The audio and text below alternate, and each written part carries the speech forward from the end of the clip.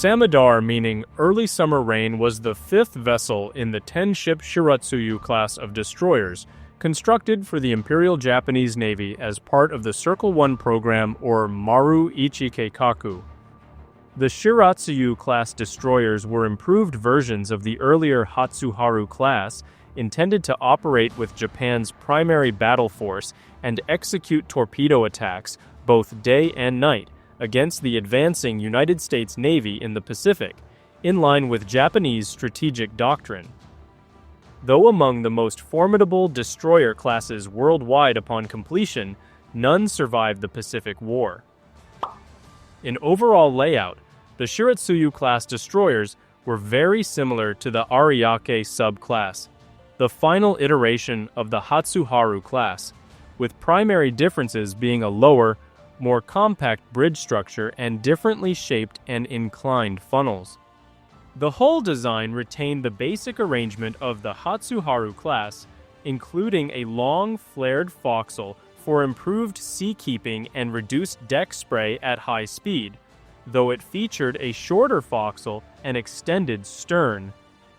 They used the same propulsion machinery as the Hatsuharu class, but with slightly greater displacement and draft, which limited the Shiratsuyu class to a top speed of 34 knots. These ships were the first in the Japanese Navy to be completed with quadruple torpedo launchers and direct telephone links to the torpedo control station. As in the Hatsuharu class, their launchers were enclosed within weather shields to permit operation in rough conditions and protect against shell fragments. The Shiratsuyu-class destroyers mounted the same 50 caliber 12.7 cm 50 Type 3 naval guns as the Fubuki-class, but with turrets capable of 75 degrees of elevation, giving them limited anti-aircraft utility. In wartime refits, the rear X turret was removed from surviving ships and replaced with a triple-mounted Type 96 anti-aircraft gun. Additional mounts were added, bringing the number of these guns to between 13 and 21 depending on the ship, in twin and triple mounts. Although powered, the mounts were inadequate against fast aircraft due to slow traverse and elevation rates, leading to additional single mounts being added in 1944 and 45.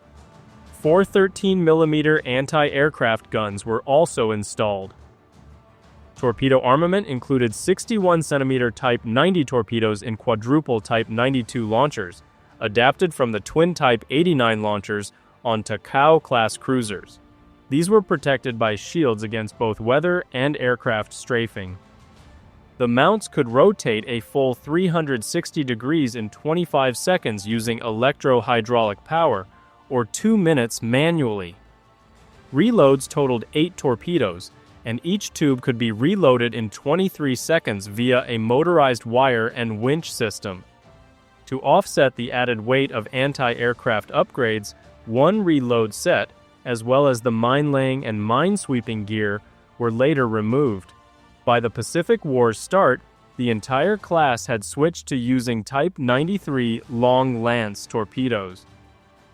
Initially, only 18 depth charges were carried on a stern rack, but this was increased to 36 by late 1942, along with the installation of 4 depth charge throwers.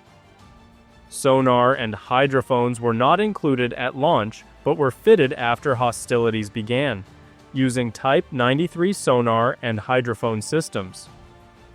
Samidare was built by the Uraga Dock Company, laid down on the 19th of December 1934, launched on the 6th of July 1935, and commissioned on the 19th of January 1937. By 1941, Samidare was part of the 2nd Destroyer Division, operating under Destroyer Squadron 4, commanded by Matsubara Takesaburo. In late November 1941, Samidare deployed with the squadron to Mako as part of preparations for Operation M, the planned invasion of the Philippines. With Japan's entry into World War II on December 7, 1941, Samidare escorted invasion convoys to Vigan and later to Lingayen Gulf. In January 1942, she also escorted the force bound for Tarakan. Samidare first saw combat during the Balikpapan invasion from the 23rd to 25th of January, facing intense Allied air raids. Although 3 troop ships were lost, the convoy successfully landed its troops. A subsequent attack by U.S. destroyers sank 2 more transports, but failed to stop the Japanese landings. Samidare remained out of action for most of February, returning to sea on the 26th as part of the Java Sea invasion fleet. While en route, a float plane from the heavy cruiser Nachi spotted an Abdi force consisting of 2 heavy cruisers, 3 light cruisers, and 9 destroyers, prompting the Japanese escorts to move to intercept. On the afternoon of February 27th, the Battle of the Java Sea began with long-range engagements. Samidare operated within a group of 6 destroyers under the light cruiser Naka, which launched a spread of 43 torpedoes at a range of 15,000 yards early in the battle, none of which struck their targets. Instead, the heavy cruisers Nachi and Haguro inflicted the decisive blows that led to a major Japanese victory, as Samidare withdrew to resume her escort duties for the invasion convoy. Returning to Subic Bay in the Philippines on March 16th, Samidare took part in the blockade of Manila Bay and supported the invasion of Cebu before heading back to Yokosuka for repairs in early May. During the Battle of Midway from the 4th to 6th of June, Samidare was assigned to the Midway Occupation Force commanded by Admiral Nobutake Kondo. Beginning in mid-June, Samidare sailed from Kure via Singapore and Mergui for planned raiding operations in the Indian Ocean, but the mission was aborted following setbacks suffered by the Imperial Japanese Navy in the Solomon Islands. On August 24th, she served as escort for the battleship Mutsu during the Battle of the Eastern Solomons. Throughout most of September, Samidare escorted the seaplane tender Kunikawa Maru while surveying the Solomon and Santa Cruz Islands for potential seaplane base sites, returning to Palau at month's end. In October, she escorted troop convoys to Guadalcanal and sustained minor damage from a near miss during an air raid on October 14th. Remaining fully operational, she conducted a Tokyo Express high-speed transport run, provided shore bombardment support, and took part briefly in the Battle of the Santa Cruz Islands on October 26th under Admiral Takeo Kurita. In November 1942, the Japanese concluded that another heavy bombardment of Henderson Field, a former Japanese airstrip now used effectively by American forces to disrupt their supply lines, was essential for its recapture. As a result, battleships Hiei and Kirishima were ordered to shell the airfield, escorted by the light cruiser Nagara and 11 destroyers, including Samidare and the rest of Destroyer Division 2. On the 9th of November, the force departed Truk en route to Guadalcanal. However, rain squalls during the voyage broke up the formation, causing the destroyers to bunch into smaller clusters, leaving Samidare as the trailing vessel in a group behind Murasame and Asagumo. In the early hours of November 13th, indications of enemy vessels began to emerge. A U.S. cruiser-destroyer force had been dispatched to intercept the advancing Japanese group. At 1:48 a.m., the battleship Hiei and the destroyer Akatsuki switched on their searchlights, illuminating the light cruiser USS Atlanta and triggering the opening shots of the first naval battle of Guadalcanal at close range. The ensuing clash led to the sinking of both Atlanta and Akatsuki. Positioned at the rear of the formation, Asagumo, Murasame, and Samidare were initially too distant to participate and surged ahead at full speed to join the fight. At 2:05 a.m., the trio of Japanese destroyers finally entered the fray and quickly spotted the destroyer Amatsukaze in jeopardy. During the fierce exchange, Amatsukaze had sunk USS Barton, contributed torpedo hits that helped sink the light cruiser USS Juno, and fired on the damaged heavy cruiser USS San Francisco. But in doing so, drew the attention of USS Helena, which struck her with 5 6-inch shells. Reacting swiftly, Asagumo, Murasame, and Samidare advanced to shield Amatsukaze with a smokescreen, and Murasame launched 7 torpedoes at Helena, erroneously claiming a kill, though Helena escaped unscathed. In the engagement, Samidare was hit by a 6-inch shell that exploded in her bow, while Murasame suffered damage to her forward boiler from another hit. Despite the setbacks, the group landed a tangible blow at 2:10 by illuminating an American destroyer with star shells. As it happened, the illuminated destroyer was USS Monson, which mistakenly identified the Japanese star shells as friendly signal lights and responded in kind. The supposed friendly vessels then opened fire, raking Monson with 5-inch shells that set her ablaze and destroyed her forward turrets. Hiei soon joined the assault, slamming the destroyer with 3 14-inch rounds, while Samidare, Murasame, and Asagumo unleashed a devastating barrage of 36 5-inch shells in just 2 minutes. The onslaught left Monson dead in the water, all weapons disabled, and the ship listing badly from severe flooding. She sank 20 minutes later, taking 130 crew members with her.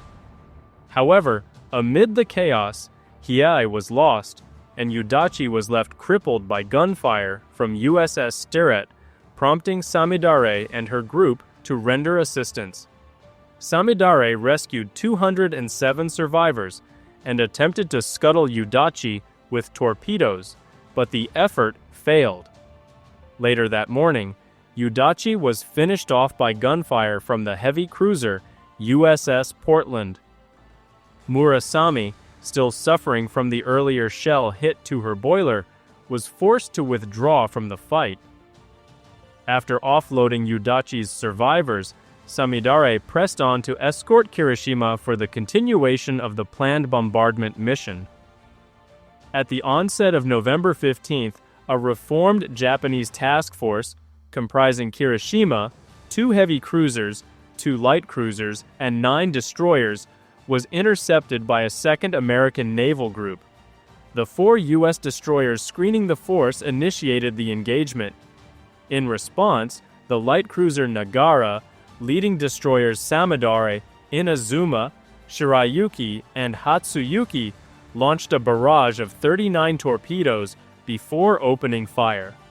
One of Samidare's torpedoes struck USS Walka, obliterating everything forward of the funnel, destroying the ship's engines and boilers, triggering the detonation of 20mm AA magazines, and killing 84 crewmen.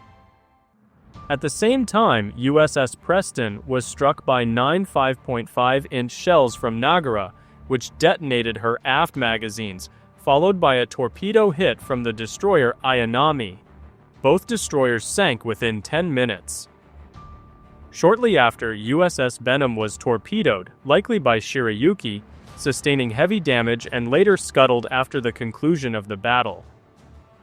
Kirishima, along with the heavy cruisers Takao and Atago, engaged USS South Dakota as she recovered from an electrical failure, striking her with approximately 27 shells, including 3 14-inch rounds from Kirishima's main guns. Unbeknownst to the Japanese, however, a second U.S. battleship was present, USS Washington, which closed to point-blank range and pummeled Kirishima with 20 16-inch shells and 17 5-inch shells, inflicting fatal damage. Samidare, Asagumo, and the destroyer Teruzuki came alongside to evacuate survivors before Kirishima capsized over 3 hours later. Ayanami was also sunk, and Atago damaged by Washington's gunfire, marking the end of the naval battle of Guadalcanal in a decisive American victory. In mid-January 1943, Samidare escorted the aircraft carrier Junyo on a voyage from Truk to Palau and Wewak, and at the beginning of February participated in the evacuation of Guadalcanal as an escort vessel. She was then tasked with covering troop transport missions to New Guinea, Kolombangara, and Tuluvu throughout March. In mid-March, while escorting a convoy of 8 cargo ships, Samidare joined destroyer Satsuki and submarine chasers CH-22 and CH-24 in launching a series of depth charge attacks that successfully sank the submarine USS Triton. She closed out March with an attempted troop transport run to the Shortland Islands, which was aborted due to air raids.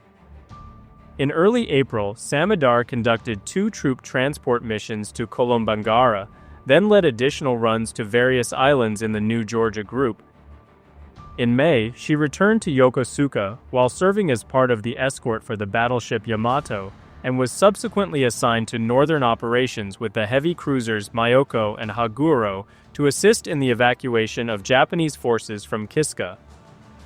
By July, Destroyer Division 2 was deactivated, leaving Samidare to operate independently. She arrived back in Yokosuka on August 6th alongside the cruiser Maya for repairs. In September, Samidare escorted the aircraft carriers Taiho and Chuyo to Truk, and then supported a troop evacuation mission from Kolombangara. At the beginning of October, Samidare was reassigned to Destroyer Division 27, which until then had consisted solely of the veteran destroyer Shigure, commanded by Captain Tameichi Hara and Commander Yamaguchi Kamesaburo. Shigure had earned a legendary reputation during the Solomon Islands campaign for surviving numerous battles without taking a single shell hit or losing any crewmen in combat, despite her increasingly worn condition.